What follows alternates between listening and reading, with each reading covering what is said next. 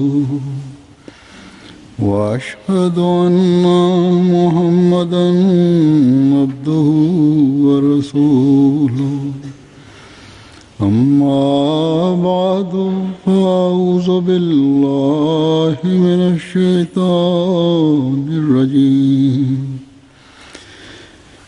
بسم الله الرحمن الرحيم. الحمد لله رب العالمين الرحمن الرحيم مالك يوم الدين إياك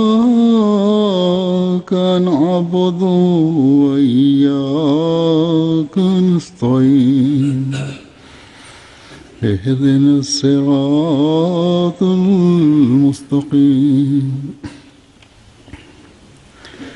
صراط الذين أنعمت عليهم غير المغضوب عليهم ولا الضالين.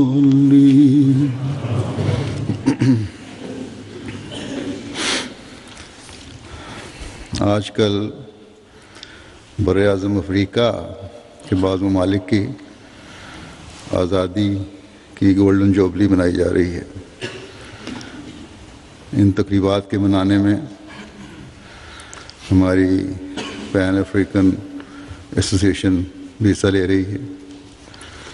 یہ ایسوسیشن یہاں حضرت خلیفۃ المسیح رابع رحمہ اللہ تعالیٰ کے وقت میں بنائی گئی تھی، جو احمدی افریقن احباب کی ایسوسیشن ہے.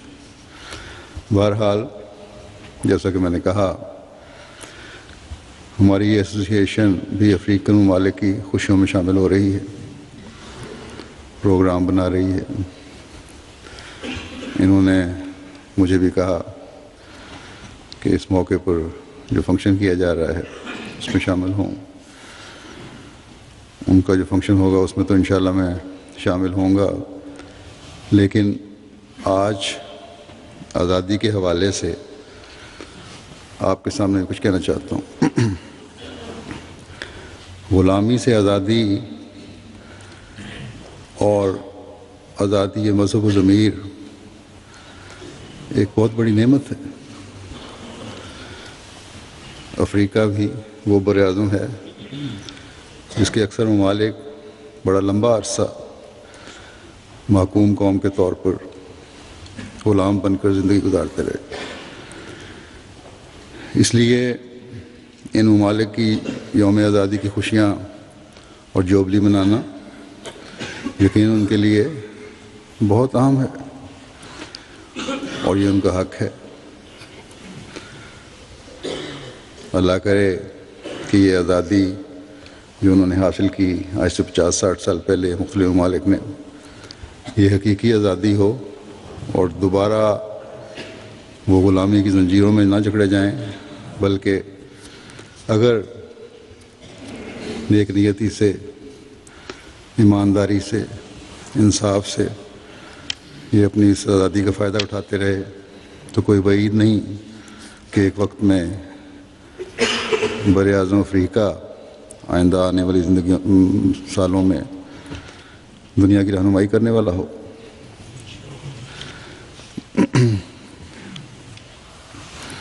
اگر مذاہب کی تاریخ پر ہم نظر ڈالیں تو بانیان مذاہب یا انبیاء اللہ تعالیٰ کی طرف سے دنیا میں جن اہم کاموں کے لیے آتے ہیں ان میں سے ایک بہت بڑا اور اہم کام آزادی ہے. چاہے وہ ظالم بادشاہوں اور فرعونوں کی غلامی سے آزادی ہو، یا مذہب کے بگڑنے کی وجہ سے، یا مذہب کے نام پر مذہب کے نام نہاد ٹھیکیداروں کے اپنے مفادات کی خاطر رسم و رواج یا مذہبی رسومات کے توق گردنوں میں ڈالنے کی غلامی سے آزادی ہو. ہر قسم کی غلامی سے رہائی انبیاء کے ذریعے سے ہوتی. لیکن یہ بدقسمتی ہے کہ بہت سی قوموں نے اس حقیقت کو نہیں سمجھا اور آزادی کے حقیقی علمبرداروں کا انکار کر کے نہ صرف اپنی حقیقی آزادی سے محروم ہوئے بلکہ خدا تعالیٰ کی پکڑ میں آ کر تباہ و برباد بھی ہوئے. انہوں نے دنیاوی حاکموں کی غلامی کو حاکم الحاکمین کی غلامی پر ترجیح دی، اس غلامی پر ترجیح دی جس غلامی سے آزادیوں کے نئے باب کھلتے ہیں۔ بس آزادی کی ترجیحات بدلنے سے نہ صرف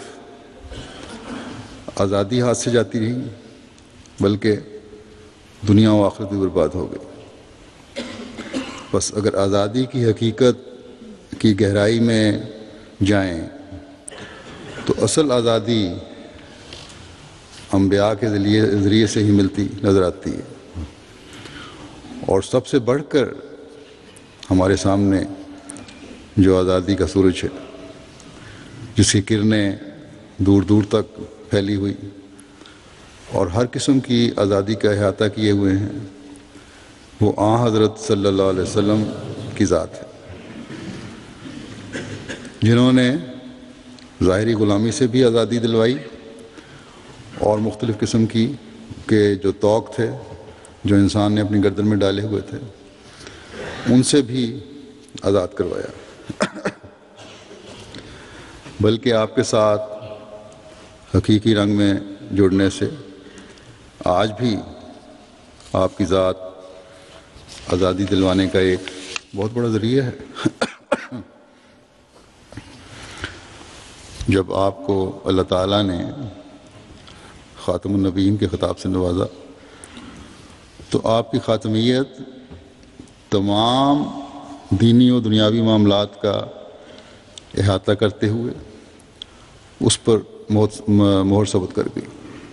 بس اس میں کوئی شک نہیں، اور اللہ تعالیٰ کی گواہی اور اعلان کے بعد کسی سعید فطرت کے ذہن میں یہ شک پیدا ہو بھی نہیں سکتا کہ صرف اور صرف مہر محمدی ہی ہے جو تمام قسم کے کمالات پر مہر ثبت کرنے والی ہے، اور ان کمالات کی انتہا آپ صلی اللہ علیہ وسلم کی ذات میں ہی پوری ہوتی ہے۔ بس جب ہر کام اور ہر معاملے کی انتہا آپ صلی اللہ علیہ وسلم ہیں تو کسی بھی رنگ میں آزادی دلوانے کے کمالات بھی آپ کی ذات سے ہی پورے ہونے تھے اور ہوئے، اور ایک دنیا نے دیکھا کہ یہ کمالات بڑی شان سے آپ کے ذریعے پورے ہوئے، اور اب تک جو حقیقت میں آپ کے ساتھ جڑنے والے ہیں وہ اس کا نظارہ دیکھ رہے ہیں کہ پورے ہو رہے ہیں۔ آپ صلی اللہ علیہ وسلم پر اتری ہوئی کامل کتاب جو خاتم الکتب بھی کہلاتی ہے، اس میں آزادی کے مضمون کو مختلف حوالوں اور مختلف رنگ سے بیان کیا گیا ہے، اور پھر اس پر آن حضرت صلی اللہ علیہ وسلم کا اسوہ حسنہ اس خوبصورت تعلیم کی شان کو چار چاند لگا دیتا ہے۔ اللہ تعالیٰ قرآن کریم میں فرماتا ہے ایک جگہ، فک و رقبہ، گردن چھڑانا، یا اس طرح بھی کہہ سکتے ہیں کہ غلام کو آزاد کرنا یا آزادی میں مدد کرنا۔ پھر اللہ تعالیٰ فرماتا ہے، ایک آیت کا کچھ حصہ پڑھتا ہوں کہ آت المال علی حبہ ذوی القربى والیتامى والمساکین وابن السبیل والسائلین وفی الرقاب، اور مال دے اس کی محبت رکھتے ہوئے اقربا کو اور یتامہ کو اور مساکین کو اور مسافروں کو اور سوال کرنے والوں کو اور گردنوں کے آزاد کرنے کے لیے، یعنی غلاموں کے آزاد کروانے کے لیے۔ اور جو مضمون اس سے پہلے چل رہا ہے اس کو سامنے رکھیں تو بتایا گیا ہے کہ یہ بہت بڑی نیکی ہے کہ اللہ تعالیٰ یوم آخر اور فرشتوں اور کتابوں اور نبیوں پر ایمان لانے کے بعد یہی نیکیاں ہیں جو بندے کو خدا کا قرب دلاتی ہیں، اور ان میں غلاموں کی آزادی بھی شامل ہے۔ بس ایمان کی حالت کو قائم رکھنے کے لیے، نیکیوں میں بڑھتے چلے جانے کے لیے، نیکیوں کے اعلیٰ نمونے دکھانے کے لیے غلاموں کی آزادی یا آزاد کروانا کسی انسانی جان کو یہ ایک بہت بڑی نیکی ہے۔ احادیث میں بھی اس کی بہت ساری مثالیں ملتی ہیں۔ ایک روایت میں آتا ہے، یہ بخاری کی حدیث ہے، جو حضرت ابو ہریرہ رضی اللہ تعالیٰ عنہ سے روایت ہے کہ حضرت صلی اللہ علیہ وسلم فرماتے تھے کہ جو کوئی مسلمان غلام آزاد کرے گا اللہ تعالیٰ اسے دوزخ سے کلی نجات عطا کرے گا۔ پھر اسلام میں مختلف مواقع پر کفارے کے طور پر غلام آزاد کرنے کی تعلیم قرآن کریم میں متعدد جگہ ہے۔ کہیں فرمایا کہ اگر کوئی مومن غلطی سے کسی مومن کے ہاتھ قتل ہو جائے تو غلام آزاد کرو اور خون بہا بھی ادا کرو، اور صرف مومن کے قتل پر ہی یہ سزا نہیں سنائی گئی یا اس کی تحریک نہیں کی گئی کہ غلام آزاد کرنے کی، بلکہ فرمایا کہ اگر کسی قوم کے ساتھ تمہارا معاہدہ ہے اور اس کا کافر بھی تم سے قتل ہو گیا تو ایک غلام کو آزاد کرو۔ پھر خدا کی قسم کھا کر توڑنے کی سزا میں جہاں اپنی حیثیت کے مطابق مختلف امکانات دیے گئے ہیں کہ اگر یہ نہیں تو یہ سزا ہے، یہ نہیں تو یہ سزا ہے، وہاں ایک سزا غلام آزاد کرنے کی بھی ہے۔ بس مختلف موقعوں پر غلاموں کی آزادی کا جو ذکر ہے یہ اس لیے کہ اسلام آہستہ آہستہ غلامی کے سلسلے کو ختم کرنا چاہتا ہے۔ اس زمانے میں جو حضرت صلی اللہ علیہ وسلم کا زمانہ تھا یا آپ سے پہلے کا، غلام رکھنے کا عام رواج تھا۔ اسلام نے آ کر اس غلامی کے طریق کو ختم کرنے کے لیے مختلف موقعوں پر زور دیا ہے، جیسا کہ میں نے بتایا۔ بلکہ حدیث میں یہ بھی آتا ہے، ایک روایت اسماء بنت ابی بکر سے ہے کہ حضرت صلی اللہ علیہ وسلم مسلمانوں کو فرمایا کرتے تھے کہ سورج گرہن کے موقع پر بھی غلام آزاد کیا کرو، یعنی جو صاحب حیثیت ہیں جن کو توفیق ہے وہ ایسا ضرور کریں۔ پھر غلام کی عزت اور اس کے حق کی آپ نے اس طرح بھی حفاظت فرمائی کہ روایت میں آتا ہے ایک سات بھائی تھے اور ان کے پاس ایک غلام تھا مشترک۔ ایک موقع پر ایک بھائی نے غلام پر غصہ آیا تو اس نے اس کو غصے میں زور سے ایک تماچا مار دیا، چپیڑ مار دی۔ حضرت صلی اللہ علیہ وسلم کے علم میں جب یہ بات آئی تو آپ نے فرمایا اس غلام کو آزاد کرو، تمہیں یہ حق نہیں پہنچتا کہ اس غلام کو رکھو، کیونکہ تمہیں غلام سے حسن سلوک ہی نہیں کرنا آتا۔ غرض کہ اگر اس زمانے میں جائیں جہاں غلام رکھنا ایک عام بات بھی تھی اور ایک جو امراء تھے ان کے لیے بڑی دولت بھی تھی، جتنا زیادہ کسی کے پاس غلام ہوتے تھے اتنا ہی وہ امیر سمجھا جاتا تھا، امیر لوگ غلام رکھتے تھے۔ اس وقت یہ حکم ہے کہ اگر اصل دولت چاہتے ہو جو ایمان کی دولت ہے تو بہتر ہے کہ غلاموں کو آزاد کرو، ان کی آزادی کے سامان پیدا کرو۔ اور اس حکم کے تحت صحابہ نے حسب توفیق درجنوں سے ہزاروں تک غلاموں کو آزاد کیا۔ حضرت عثمان بن عفان کے متعلق آتا ہے کہ انہوں نے 20,000 غلام آزاد کیے ایک موقع پر ہی، اور اس کے علاوہ بھی بہت سارے ہزاروں کیے، بعضوں نے درجنوں کیے، جن کو جتنی توفیق تھی۔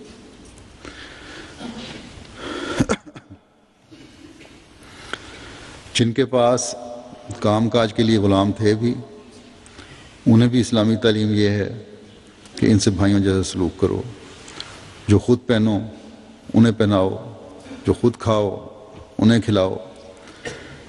حضرت صلی اللہ علیہ وسلم کا اپنا اسوہ یہ تھا کہ جب حضرت خدیجہ رضی اللہ تعالیٰ عنہ نے شادی کے بعد اپنے غلام اور دولت آپ کو دے دیے تو آپ نے آزاد کر دیے. حضرت زید بن حارثہ کو اپنا، ان میں سے غلام تھے حضرت زید بن حارثہ، ان کو اپنا منہ بولا بیٹا بنایا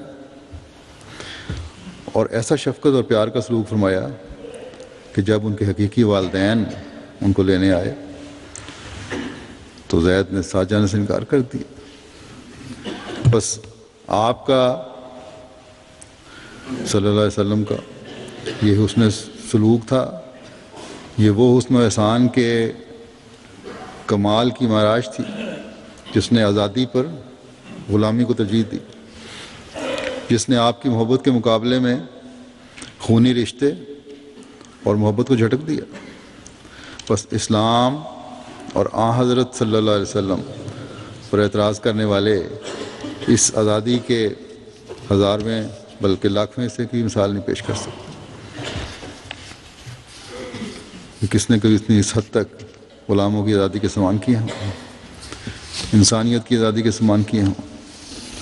آپ صلی اللہ علیہ وسلم نے اپنے ماننے والوں کو فرمایا کہ اپنے غلاموں سے ان کے کام کاج کے دوران حسن سلوک کرو، اور اگر سخت کام دو تو ان کا ہاتھ پٹاؤ. بس آپ صلی اللہ علیہ وسلم نے غلامی کی تعریف بدل دی. اسی کا نتیجہ ہے کہ ایک اٹالین مستشرق ہے ڈاکٹر وگلیری، وہ لکھتے ہیں کہ غلامی کا رواج اس وقت سے موجود ہے جب سے انسانی معاشرے نے جنم لیا اور اب تک بھی باقی ہے.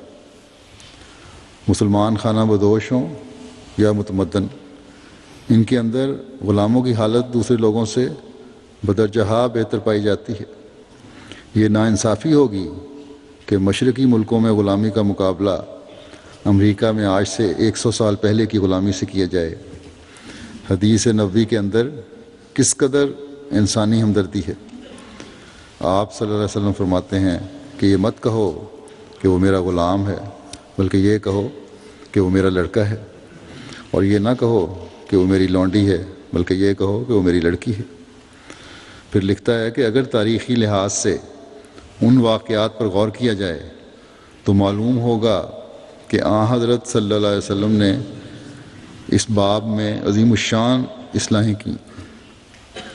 اسلام سے پہلے قرضہ ادا نہ ہونے کی صورت میں بھی ایک آزاد آدمی کی آزادی کے چھن جانے کا امکان تھا.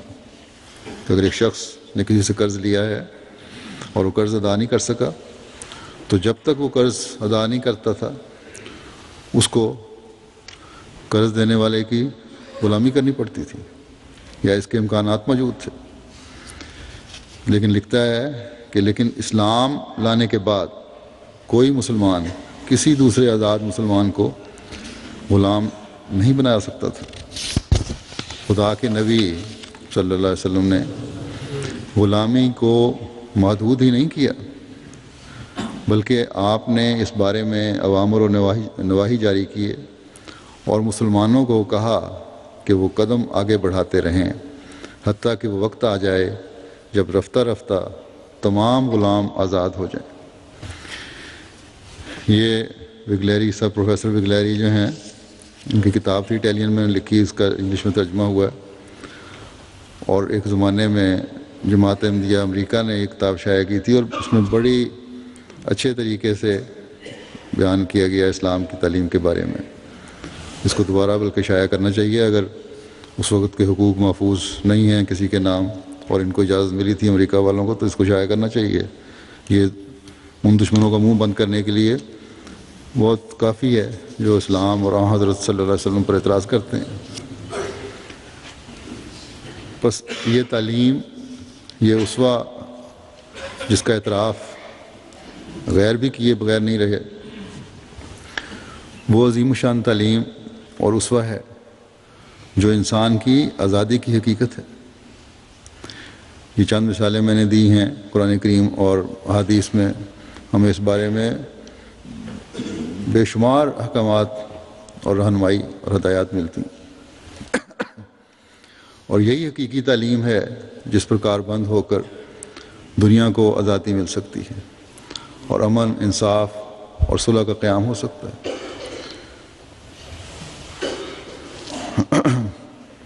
افریقہ میں جن کو آزادی ملی ہے، وہاں جماعت احمدیہ کا کام ہے ان لوگوں کا جو احمدی ہوئے کہ اس تعلیم کو عام کریں، اس کو پھیلائیں، زیادہ سے زیادہ لوگوں کو حضرت صلی اللہ علیہ وسلم کی غلامی میں لائیں تاکہ ان کو آزادی کی حقیقت معلوم ہو۔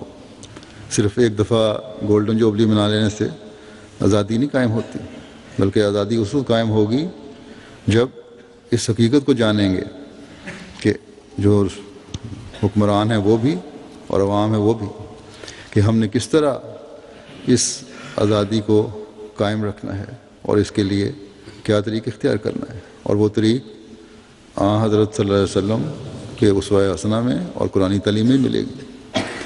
بگلیری صاحب نے تو صرف مسلمان غلام نہیں بن سکتا لکھا ہے، لیکن حقیقی مسلمان معاشرے میں،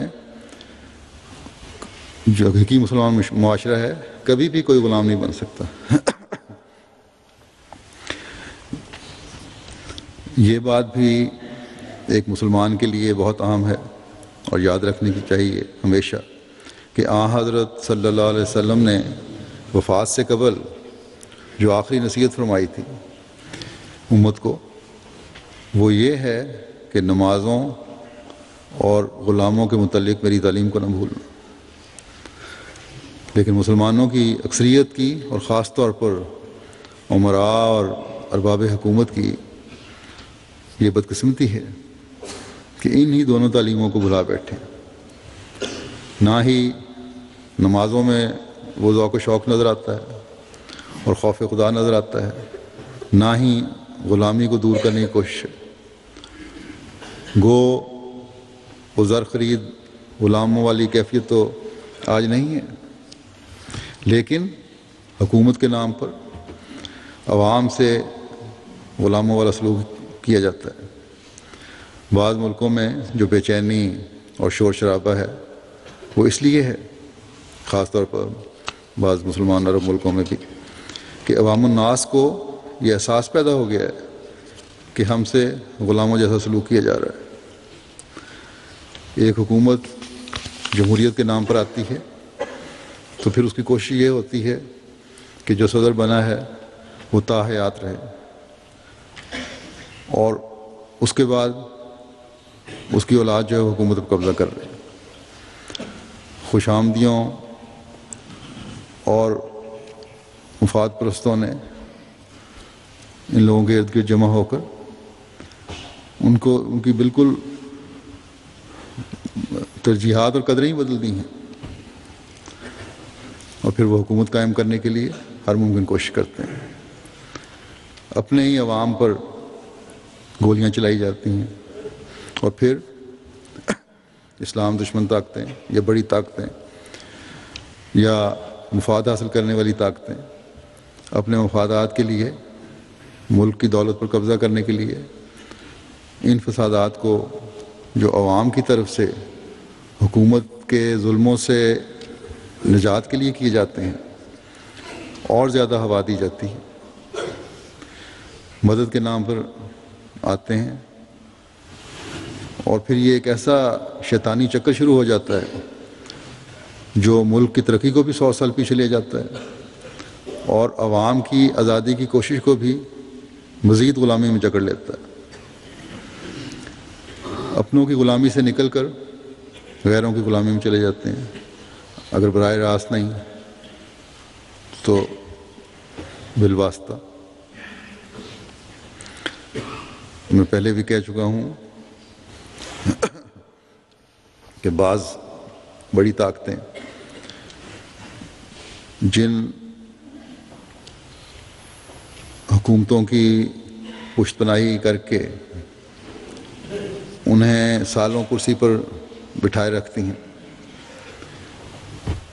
اور عوام کی آزادی کے سلب ہونے کی کبھی کوئی پرواہ نہیں کرتی، جب اپنے مفادات ان سے ختم ہو جاتے ہیں ان حکومتوں سے، تو عوام کی آزادی کے نام پر ان کو حکومتوں کو کے تختے الٹائے جاتے ہیں، ان کو نیچے اتارنے کی کوشش کی جاتی ہے. لیکن اب یہ صورت حال ہے بعض ملکوں میں جو ماضی قریب میں جو ایسی صورت حال پیدا ہوئی ہے کہ جو تختے الٹے اور نئی حکومتیں بنی ہیں ان کو دیکھ کر یہ طاقتیں بھی پریشان ہونے لگ گئی ہیں کہ ہماری مرضی کی حکومتیں نہیں آئیں. بعض جگہوں پر ان کی مرضی کی تبدیلیاں نہیں ہوئیں یا ایسے امکانات پیدا ہو رہے ہیں کہ تبدیلیاں نہیں ہوں گی، یہ پھر ان کی پریشانی کا باعث بن رہی ہیں چیزیں. اور پھر ایک اور فساد کا سلسلہ اور منافقت کا سلسلہ شروع ہونے والا ہے، اور بلکہ ہو چکا ہے بعض جگہوں پر. عوام بھی غلط فہمی کا شکار ہیں. ایک حکومت کی غلامی سے نکل کر دوسرے کی حکومت کی غلامی میں جا رہے ہیں، اور اب ان کو احساس پیدا ہو گیا ہے کہ بعض جگہوں پر تو چلے گئے ہیں. ملکی دولت اب بھی عوام کی بہبود پر، ان کی بہتری کے لیے، ان کو حق و انصاف دلانے کے لیے، ان کو تعلیم یافتہ بنانے کے لیے خرچ نہیں ہو رہی اور نہ ہوگی، کیونکہ جو حکومتیں آ رہی ہیں وہ بھی اپنے مفادات لے کے آ رہی ہیں. عوام میں غربت اور کم معیار زندگی پہلے بھی تھا، اور آئندہ بھی جو خوش فہمی ہے کہ دور ہو جائے گا وہ نہیں دور ہوگا بلکہ رہے گا، قائم رہے گا. یہ کچھ عرصے بعد خود ہی آپ دیکھ لیں گے. اس لیے کہ حضرت صلی اللہ علیہ وسلم کی نصیحت پر حکمران عمل نہیں کرتے. مسلمان کہلاتے ہیں لیکن آپ کی نصیحت پر عمل کرنے والے نہیں. پہلے زمانوں میں تو ایک شخص اپنی دولت کے بل بوتے پر غلام رکھتا تھا. اب ملکی دولت کو ملک کے عوام کو ہی غلام بنانے کے لیے استعمال کیا جاتا ہے. اب تو میڈیا بھی بولنا شروع ہو گیا اور ظاہر بھی کرتا ہے، تصویریں بھی آ جاتی ہیں کہ تیل پیدا کرنے والے ملکوں میں بھی غربت و افلاس ہے. ایک طرف سونے کے محلات ہیں، تو دوسری طرف ایک گھرانے کو 2 وقت کی روٹی بھی پیٹ بھر کر مہیا نہیں ہوتی. بس حقوق غصب کر کے عوام کو غلام بنایا جا رہا ہے، بنا دیا گیا ہے. کہاں تو وہ زمانہ تھا کہ حضرت عمر رضی اللہ تعالیٰ عنہ کو جب اپنی فوجوں کو عیسائی علاقے سے واپس بلانا پڑا کہ اس وقت دشمنوں کی طاقت کی وجہ سے مسلمان اپنا قبضہ اس علاقے میں برقرار نہیں رکھ سکتے تھے، تو ان عیسائیوں کو مسلمانوں نے ان سے لی ہوئی رقم جو ٹیکس کے طور پہ تھی ان کی حفاظت اور بہبود کے لیے تھی، ان کے حقوق ادا کرنے کے لیے تھی، وہ واپس کی کہ ہم اب کیونکہ اب ادا نہیں کر سکتے تمہارے حقوق، اس لیے رقم جو لی گئی تھی تمہیں واپس کرتے ہیں. اس وقت وہ جو رعایا تھی، عیسائی رعایا، وہ روتے تھے اور روتے ہوئے کہتے تھے کہ ہم دعا کرتے ہیں کہ تم لوگ دوبارہ واپس آؤ، کیونکہ تم جیسے حاکم ہم نے نہیں دیکھے. مسلمان حکومت کے تحت ہمیں جو انصاف اور حقوق ملے ہیں وہ ہمیں ہماری حکومتوں میں نہیں ملے. اور کہاں اب یہ زمانہ ہے کہ مسلمان حکمران مسلمانوں کی دولت لوٹ رہے ہیں اور ملک میں انصاف ختم ہے، حقوق غصب کیے جا رہے ہیں، کسی کی جان اور مال محفوظ نہیں ہے. اور پھر بڑی ڈھٹائی سے یہ دعویٰ ہے کہ ہم عوام کے لیے جو کچھ کر رہے ہیں یہ اور کوئی اور نہیں کر سکتا. یہ جو انقلابی صورت مختلف ممالک میں پیدا ہوئی ہے اور جس سے جیسا کہ میں نے کہا مفاد پرست فائدہ اٹھا رہے ہیں، بعض مذہب کے نام پر اپنے مفاد حاصل کرنے کے لیے کوشش کر رہے ہیں. یہ کبھی نہ ہوتا اگر عوام کے حقوق انہیں دیے جاتے، اگر حکومتیں انصاف پر قائم ہوتی، ان کی حفاظت کی آزادی کی جاتی، آزادی کی حفاظت کی جاتی عوام کی. حکومتیں بھی لالچ کے بجائے انصاف قائم رکھنے کی کوشش کرتی تو کبھی یہ فساد نہ ہوتا. مذہبی لوگوں کا جن میں لوگوں کا میں نے ذکر کیا ہے، تو انہوں نے عوام کو دینی تعلیم نہ ہونے کی وجہ سے، دین کا علم نہ ہونے کی وجہ سے، دین میں غلط رسوم پیدا کر کے، غلط تشریحات کر کے ان کی گردنوں میں توق ڈالتی ہیں ان رسوم و رواج کے اور غلط تعلیمات کے، اور اس طرح ان کو غلام بنایا ہوا ہے. اللہ تعالیٰ نے تو اس عظیم نبی صلی اللہ علیہ وسلم کو، جو انسانیت کی عظمت قائم کرنے آیا تھا، آپ کے بارے میں یہ فرمایا ہے کہ یضع عنہم اسرہم والاغلال التی کانت علیہم، کہ یہ ہمارا نبی ان کے بوجھ دور کرتا ہے اور جو توق ان کی گردنوں میں پڑے ہوئے ہیں انہیں کاٹتا ہے. لیکن یہاں کیا ہو رہا ہے آج کل؟ ہمیں بالکل اس کے الٹ نظر آتا ہے.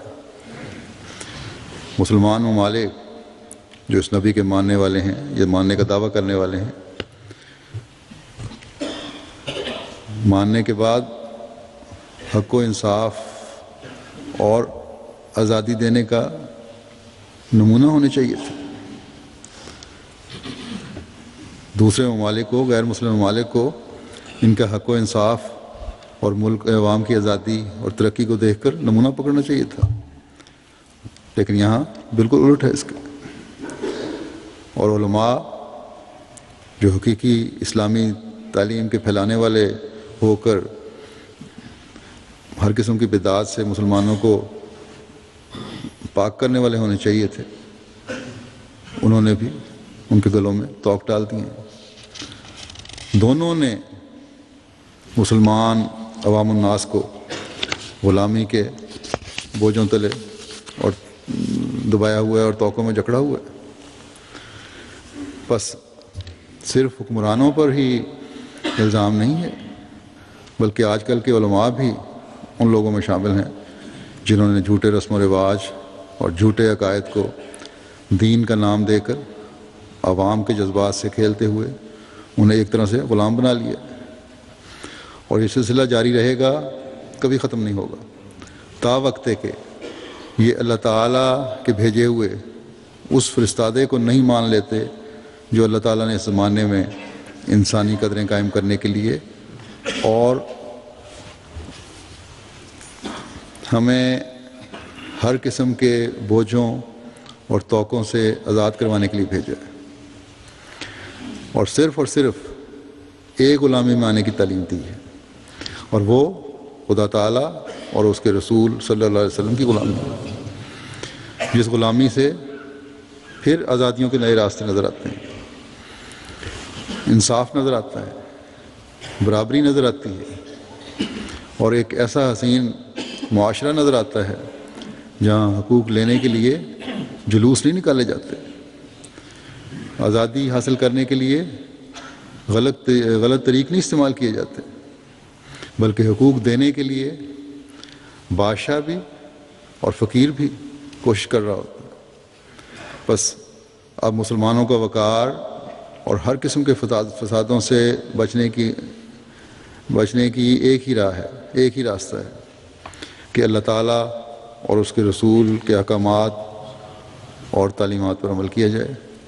اور یہ ممکن نہیں ہے جب تک اس شخص کے انکار سے باز نہیں آتے جسے اللہ تعالیٰ نے اس زمانے میں ہر دو قسم کے حقوق قائم کرنے کے لیے بھیجا ہے. حضرت مسیح موعود علیہ الصلوۃ والسلام نے مختلف مواقع پر بڑے خوبصورت رنگ میں ہمارے سامنے اس تعلیم کو رکھا ہے جو حق و انصاف کو قائم رکھتی ہے، جو مستقل آزادی کی ضمانت ہے۔ آپ فرماتے ہیں یاد رکھو کہ ایک مسلمان کو حقوق اللہ اور حقوق العباد کو پورا کرنے کے لیے ہمہ تن تیار رہنا چاہیے، اور جیسے زبان سے خدا تعالیٰ کو اس کی ذات اور صفات میں وحدہ لا شریک سمجھتا ہے، ایسا ہی عملی طور پر اسے دکھانا چاہیے، اور اس کی مخلوق کے ساتھ ہمدردی اور ملائمت سے پیش آنا چاہیے۔ فرمایا جب تک تمہارا آپس میں معاملہ صاف نہیں ہوگا اس وقت تک خدا تعالیٰ سے بھی معاملہ صاف نہیں ہو سکتا۔ گو ان دو قسم کے حقوق میں بڑا حق خدا تعالیٰ کا ہے، مگر اس کی مخلوق کے ساتھ معاملہ کرنا یہ بطور آئینہ کے ہے۔ جو شخص اپنے بھائیوں سے معاملہ صاف نہیں کرتا وہ خدا تعالیٰ کے حقوق بھی ادا نہیں کر سکتا۔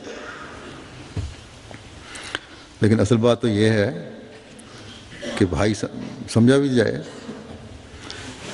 جو اپنے آپ کو بالا سمجھے، دوسرے کو حقیر سمجھے اور اس کے لیے کوشش بھی کرتا رہے، اس سے کبھی انصاف اور بھائی چارے کی توقع کی نہیں جا سکتی۔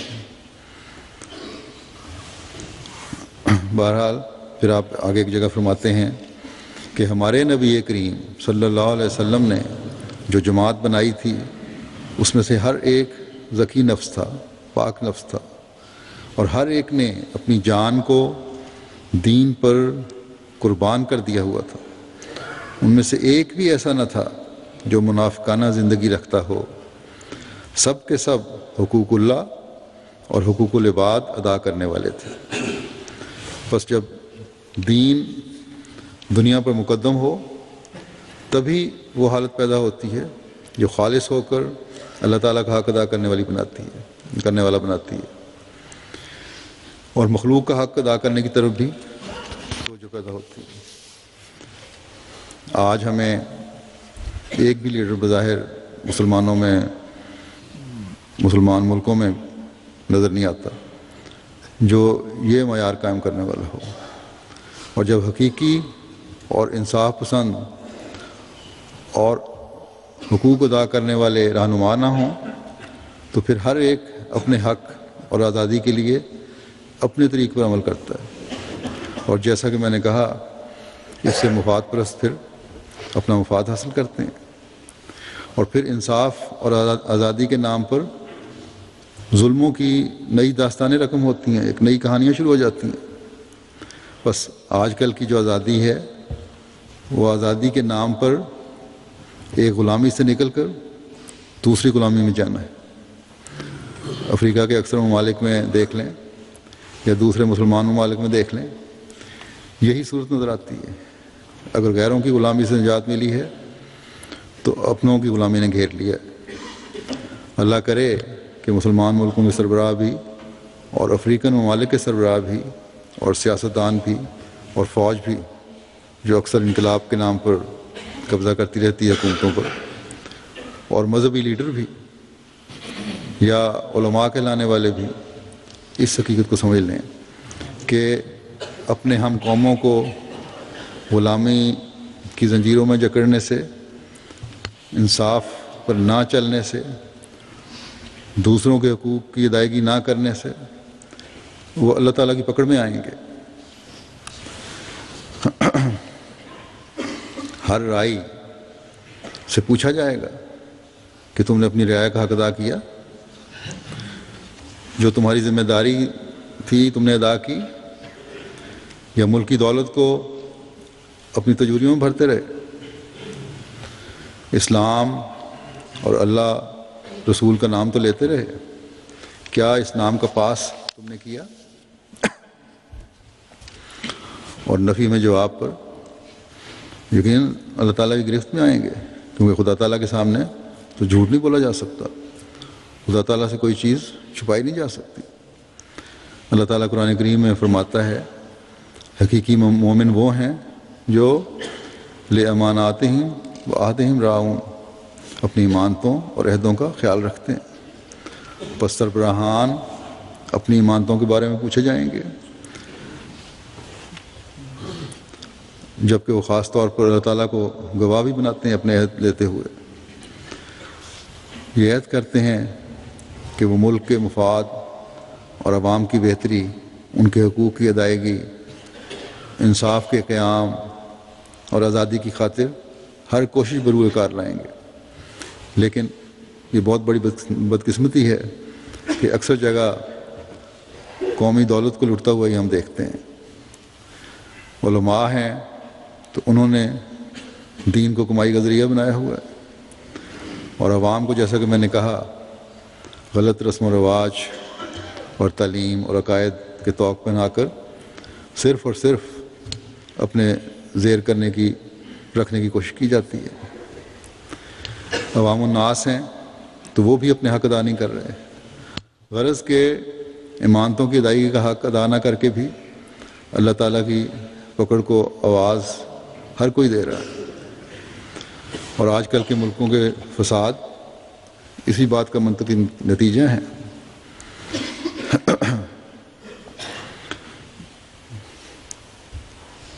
اور دہشت گردی، معاشی بدحالی، بدامنی نہ صرف یہ آج کل حال کی حالت ہے بلکہ ایک انتہائی بے چین کر دینے والے مستقبل کی بھی نشاندہی کر رہی ہے۔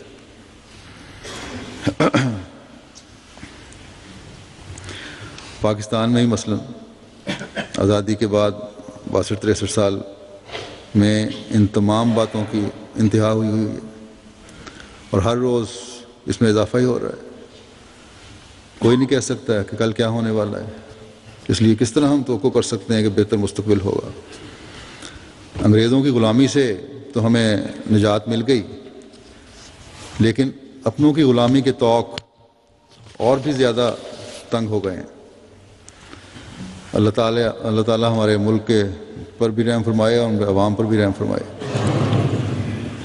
جس پاکستان کو حاصل کرتے وقت قائد اعظم نے اعلان کیا تھا کہ یہاں ہر مذہب کے ماننے والوں کو مذہبی آزادی ہے اور پاکستانی شہری کی حیثیت سے تمام شہری برابر ہیں، احمدیوں کے ساتھ کیا کچھ نہیں کیا جا رہا۔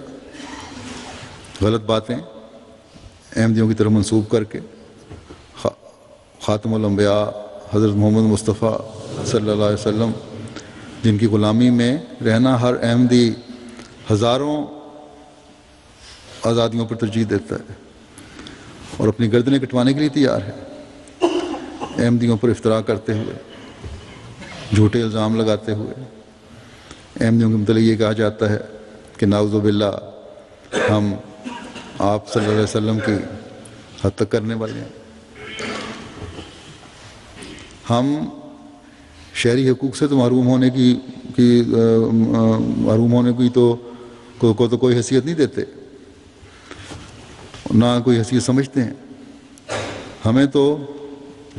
ہمیں تمام حقوق سے بھی محروم کر دیا جائے تو ہم یہ برداشت کر لیں گے اور کر رہے ہیں، لیکن ان نام نہاد علماء اور حکمرانوں کی خواہش کے مطابق ہم کبھی اپنے آپ کو حضرت محمد رسول اللہ صلی اللہ علیہ وسلم سے علیحدہ نہیں کر سکتے۔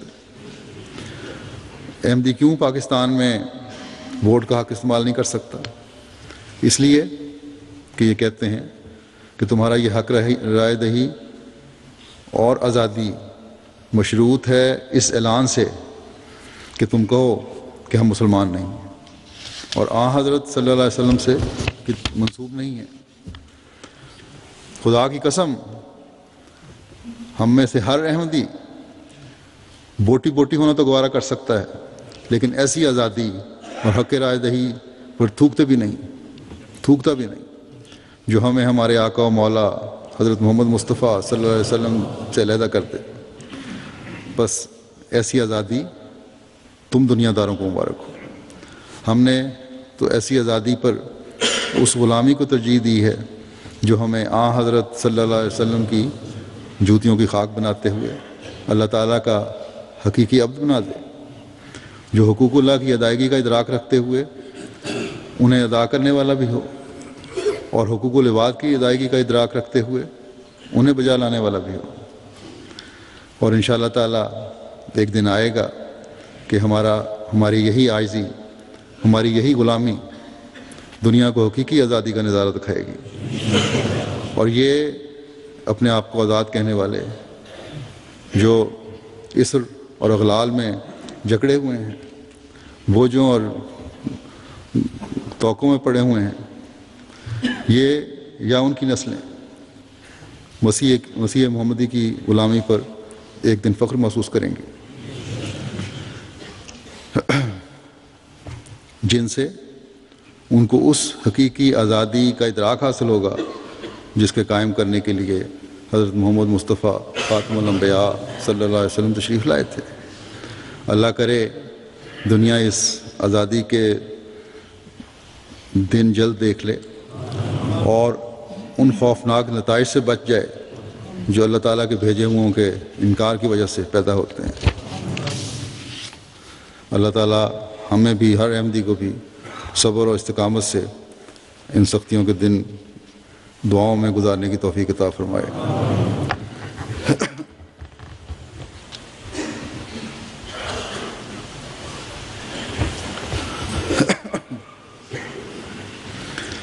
الحمد للہ نحمده ونستعینه ونستغفره ونؤمن به ونتوکل علیہ ونعوذ باللہ من شرور انفسنا ومن سیئات اعمالنا من يهده الله فلا مضل له ومن يضلله فلا هادي له ونشهد أن لا إله إلا الله ونشهد أن محمدا عبده ورسوله. عباد اللہ رحمکم اللہ ان اللہ یأمر بالعدل والإحسان وإیتاء ذی القربى وینہی عن الفحشاء والمنکر والبغی یعظکم لعلکم تذکرون. اذکروا اللہ یذکرکم وادعوہ یستجب لکم ولذکر اللہ اکبر.